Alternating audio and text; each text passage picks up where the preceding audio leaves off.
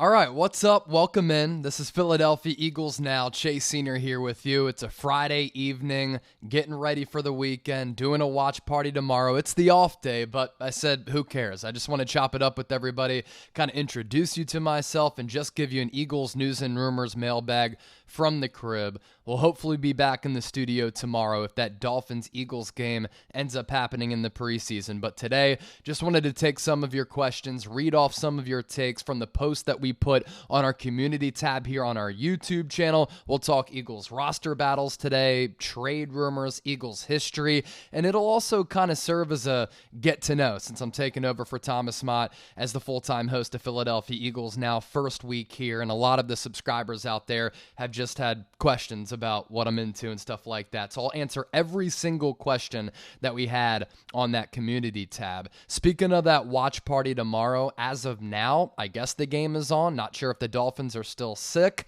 If they do play, we're going to be doing a watch party going live 15 minutes prior to kickoff. So that's Saturday, 6:45 p.m. Eastern, 3:45 p.m. Pacific. Make sure you join us. If you want to get a notification push when we do go live, make sure you just hit that bell icon and subscribe to the channel. Therefore, you'll be notified. All right, let's start answering these questions here over the next couple of minutes. Unfiltered, talking ball. Let's ride. First one coming in from Tanner Plummer. Hey, Chase, you've been doing well so far as the new host. Keep up the good work. So here's my question. Thank you, my guy, by the way. Do you think that the Eagles will trade Jalen Reagor, or do you think that they'll hold on to him for the foreseeable future? So we know how Howie Roseman works, right? He's very aggressive, he's very smart, he's very savvy in negotiations. I'm not sure if Howie Roseman is going to get rid of Jalen Reagor for nothing. He's going to explore the trade market and see if there's a trade partner out there where he can get some value back. I mean, shoot. He got draft capital back for J.J. Arcega-Whiteside. So this is just how Howie Roseman operates. I think it's best for both sides to move on. What's interesting, if you're thinking about what receiver is better and who's been more impressive throughout training camp, I think it's Deon Cain. And if the roster decision has to come down to keeping Deon Cain over Jalen Reagor, I think that's one that you got to make, because I think that Cain can be a downfield threat, give you some size. Those back shoulder adjustment balls were really impressive against Cleveland.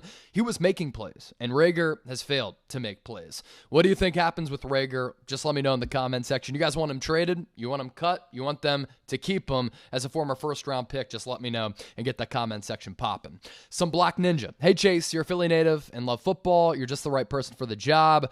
You're going to be doing great things. I can't wait to see you. Hashtag Fly Eagles Fly. Fly Eagles Fly, my guy. I appreciate it. Rocking the Westchester shirt. Got the Eagles hat on.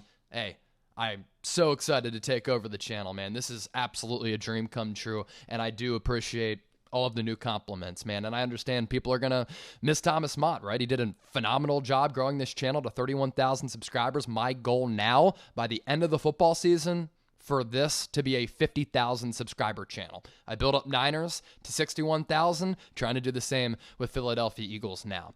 NG Green, Chase the man. The hype was so real for this season, adding players to both sides of the ball, but our special teams need a big upgrade. Reagor is Reagor. Huntley didn't wow me at all, and Covey doesn't show. How do you feel about our special teams as a whole, and do you think we need to make changes? That's a good question, NG, and I feel like it's been a long time since the Eagles have had, a legitimate return threat. Darren Sproles hasn't been on this team in a little while. Way back in the day, Deshaun Jackson popped. Brian Mitchell was clutch. We've seen the good. We've also seen the bad. We've seen the average like Reno Mahe and what Jalen Reagor has been up to this point since he got drafted. Right now on the depth chart, with the available players, with no other external roster upgrades, Jalen Reagor, Britton Covey, John Hightower.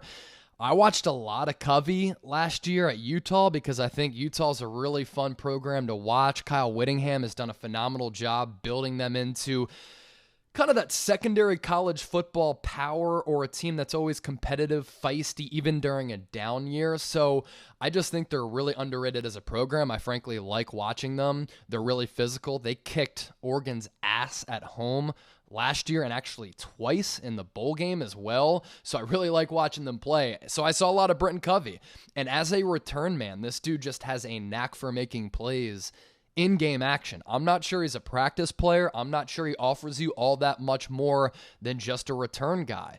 But if a return guy on a 53 is valuable, where you can flip the field and you can change the complexion of games and occasionally get those explosive plays, long returns, and touchdowns, which are momentum changers and game changers, then I think there's value in having a guy on the roster who really is just a return specialist. That's what Brian Mitchell was back in the day. And I think that Covey might be able to be that guy. His size certainly concerns me. But do I want him back there as compared to Reagor and Hightower right now? I think so. Daredevil 69. Nice. Do you think the Eagles should make a move at running back, or should we be happy with our current roster? I like the Eagles roster at that running back spot. I really do. Man, I found out doing videos every day that the fan base is so split on Miles Sanders, and I'd say a large fraction of them don't like him because of his inconsistency and his lack of durability. I live down here in Dallas, so I didn't know the slander for Miles Sanders was that real. I understand he's somewhat inconsistent. I understand he hasn't necessarily lived up to expectations. I do think he's been really solid and somewhat underrated. The Eagles didn't run the ball much last year, and then they started running it, and he got going, and then he got hurt, but that's been the problem with his career. We know he's an explosive back. We know that he's got those galloping strides where he can be special if he gets to that second and third level with that pull-away speed. The problem with Miles Sanders is not available enough, and he hasn't been durable, and he's going into a big year. Final year of his rookie contract. I like Kenneth Gainwell. I do. Sneakily, he's been actually pretty good in short yardage situations. So too is Boston Scott, even though they're shorter backs, but ducking behind the Eagles' big O line, which is one of the best in the league, has allowed them to have success. Now, if you bring in a Kenyon Drake, okay, an option like that, Miami might let go of a running back, Myles Gaskin, a dual threat guy, but I actually think they're pretty set. It's really that fourth running back where there's a big drop off. And I think that the Eagles would like to upgrade in terms of just their overall depth. Excited to get to this question from Ben Smith. Now that Jesse Bates has signed his franchise tag, do you think it might be possible for the Eagles to look into someone like Chuck Clark from Baltimore? He's only 27 years old, brings starting experience to a safety group. Yeah, no doubt about it. So, Ben, it's a good question, right? As for Chuck Clark, you look at the Eagles' depth chart at that safety position, and can we just talk about this defense just being overall more improved? Like Javon Hargrave, Fletcher Cox, Jordan Davis. I actually don't hate Derek Barnett. I think he's gotten off to a Brandon Graham type of start to his career, and as a first-round pick like BG, people are like, where are the sack numbers? I like his aggressiveness. I like his physicality, his toughness, and he's gotten some quarterback hits. Brandon Graham has never been a huge sack guy. Now, I don't know if he's going to become BG over time, but I kind of like those guys. Josh Sweat is really athletic coming around the edge. I think the Kaiser White linebacking addition is so underrated. This guy is just a playmaker. He led the Chargers in tackles last year. We saw that he kind of read the eyes of Zach Wilson in that preseason opener. And then your corners, Slay and James Bradbury. Can Zach McPherson show up? Avonte Maddox is a good slot. It does come down to a question, though, on this defense, what happens on the back end? I actually think Anthony Harris is solid. I think it's a good value Howie Roseman money play. I covered the 49ers here at Chat Sports as well as the entire NFL. A lot of you have questions about that. Just covering the league, having fun, living out my dream, talking football. Eagles is obviously awesome and a joy of mine. But Jaquiski Tartt, covered him with the Niners last year. He's a good starting caliber safety and even a backup. But here's where it gets a little bit hairy, and this is where we can talk about Chuck Clark, Marcus Epps, Kayvon Wallace at that other safety spot. I don't have a lot of faith in them. I know everybody was trying to hype up Marcus Epps all throughout, the offseason and training camp, but can I see it? As for Chuck Clark, look, he's 27 years old. He's young, as another commenter had said, brings experience to a safety group that could use some added depth. And if you think about it, what Baltimore has been able to do, they have one of the best secondaries in the NFL. They drafted Kyle Hamilton. I know he got roasted in training camp a couple weeks ago. And also, they signed Marcus Williams to a huge deal. And they have Marlon Humphrey and Marcus Peters as their corners. So they can afford to get rid of Clark and trade him away. And I think the Eagles, if you trade a 4th, 5th round pick for a starting safety who's 27 years old, 79 games of experience for a really good defense, including 46 starts, I think that's a good value play right there. I expect Howie Rosen to at least explore it. At least I hope he does. Logan Edwards. We're going to embrace debate here. Let's get the comment section going. This is awesome. Chase, I know you said you were a Philly guy, so what's the go-to cheesesteak? All right. Now, everybody has their favorite cheesesteak spot. I've had many. I've, in the Philadelphia area, not come across many bad cheesesteaks unless you go to like a fast food place. Don't ever do that. It is an absolute violation. For me, it's D'Alessandro's. That's just me. I'm going American cheese, fried onions, that's it. I'll snack on a hot pepper on the side. That's my play. But I do want to hear your suggestions. So let me know in the comment section your favorite cheesesteak spot in the greater Philadelphia area. Tony Luke's in a pinch if you're going to a game because it's close to the stadium complex, then okay. I've done the Pats and Geno's thing. Cool. I think a sneaky good spot is Sonny's. I think Sonny's is really good. And then Steve's is also good on South Street. Sebastian Lopez, favorite Eagles play of all time. Wow. The play you think back to that still tops all of the rest. Man, I can't give you just one. Let's turn back the clocks here. So I'm 30 years old. I know I might look younger. Some of y'all rip my eyes. It's just how I look, fam. I can't do anything about it. But I'm 30 years old. So born in 1992. Grew up at the end of the Ray Rhodes era and the start of the Andy Reid era. I remember the Eagles drafting Donovan McNabb. I remember the greatest, run that we could have really asked for outside of winning a Super Bowl to start the 2000s with those 5 consecutive NFC championship games. Gut-wrenching, I know. And then, there's a little bit of dip at the end of that Andy Reid era. 14 years. What a run. No Super Bowl. Again, heartbreaking. But then Eagles go, to Chip Kelly. They have some good moments. And then at the end, that was kind of disaster. And then Doug Peterson, great. Super Bowl, incredible. Every single play from the Super Bowl is honestly a favorite play of mine. I mean, let's run through some of them, though, throughout that stretch now that you have some context. And I'm just going to kind of jump around here. I had to jot these down because I certainly had to think about it. Miracle at the Meadowlands, number 2. Every play from Super Bowl 52.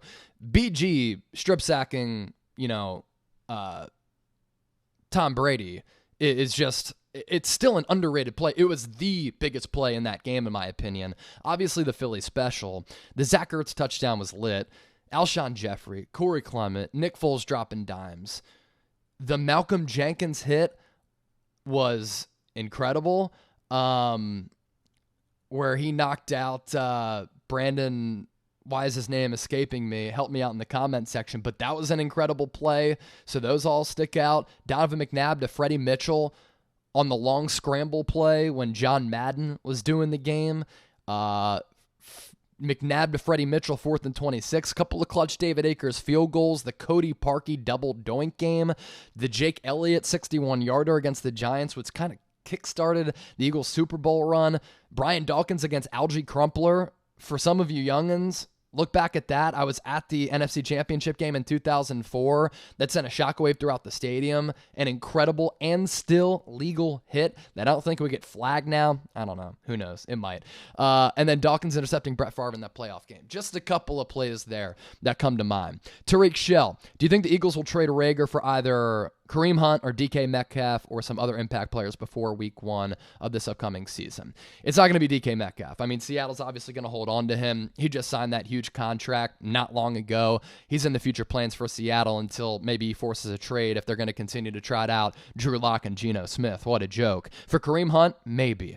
Will the Browns do it? I think Hunt or Dearness Johnson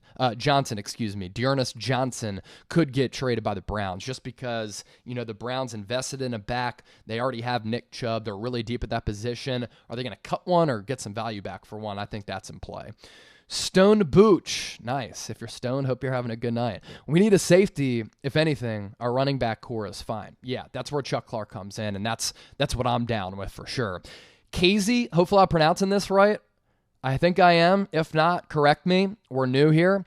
What kind of music do you listen to? Also, top 3 childhood movies for you. Got to see what type of guy you are. Okay, I had to write this down too, just because I had to go back in the memory bank. Top 3 movies for me right now growing up, I would say Catch Me If You Can, Leonardo DiCaprio, Tom Hanks, The Departed, all-star cast, American Gangster, OG Denzel Washington. As far as music, I have a very musically inclined family. Everybody can kind of sing except for me. My dad, sister, very talented, aunt, cousins in Australia, they're like crazy. They can play instruments, the piano, all that stuff, play the guitar. I can't do that stuff. I like to talk about sports, but I do love music. And for me, music is all about the mood. And I think I've felt that way more as I've gotten older and more mature. Fell in love with rap back in the day, late 90s, because my dad's friend gave me Doggy Style by Snoop Dogg. That is a legendary rap album. Grew up listening to Biggie and Tupac. Biggie more hits. Tupac, better lyricist and a more impactful message. Some of the things that he was talking about late 90s, mid 90s are things that we're still dealing with and are popular societal and unfortunately political topics now.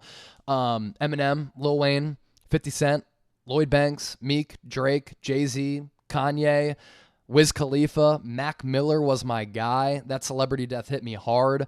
That was more so when I was about 18, growing up in Westchester, going through some times, and I could relate to him.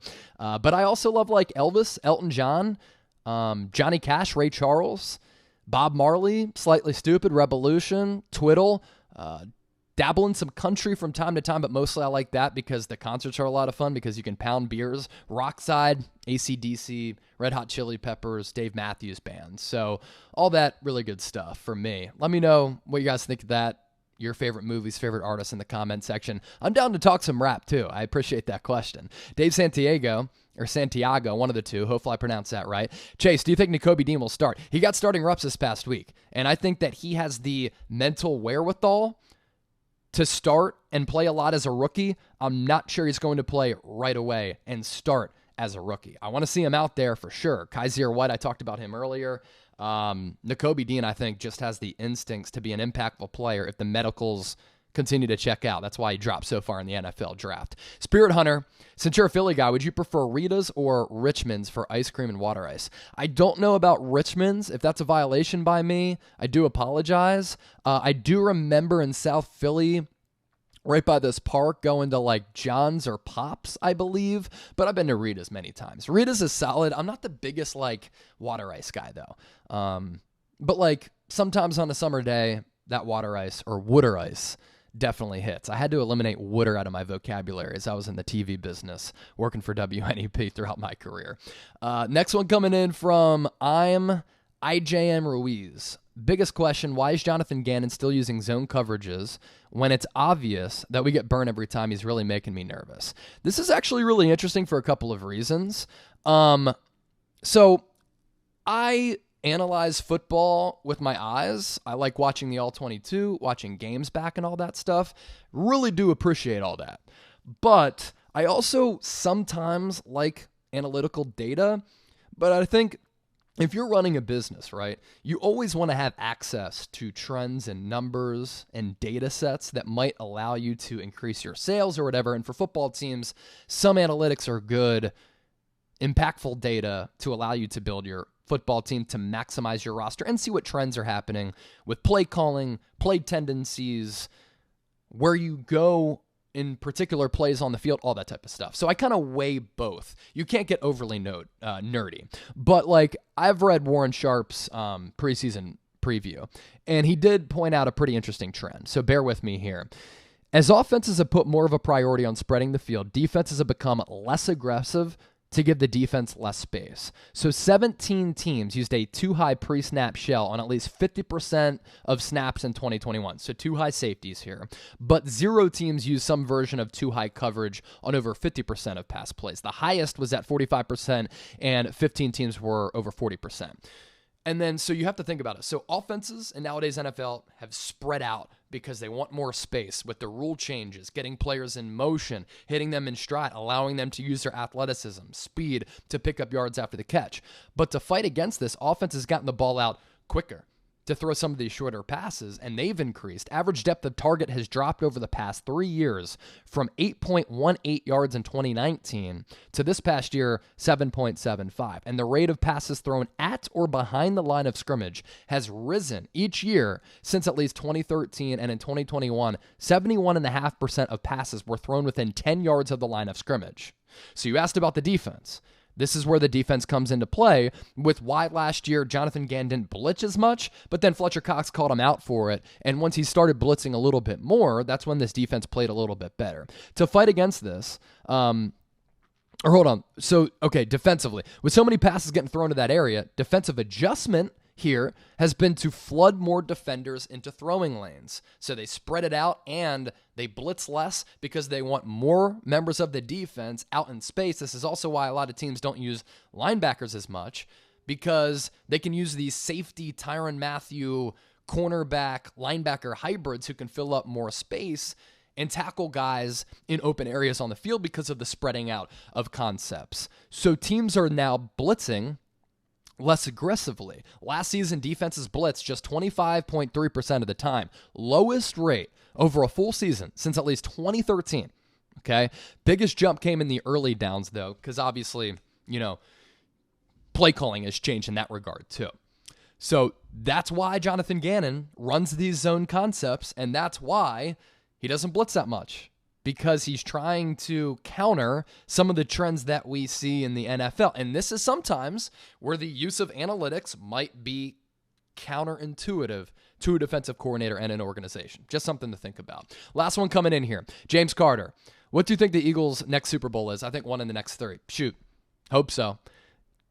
Another Super Bowl, getting to 2 would be iconic as long as the Cowboys don't win one. Appreciate all of your questions, man. Absolute blast to be able to chop it up with everybody. Remember, watch party tomorrow. Make sure you join us, and we'll see you then. If the game actually happens, if it doesn't, still give you a video.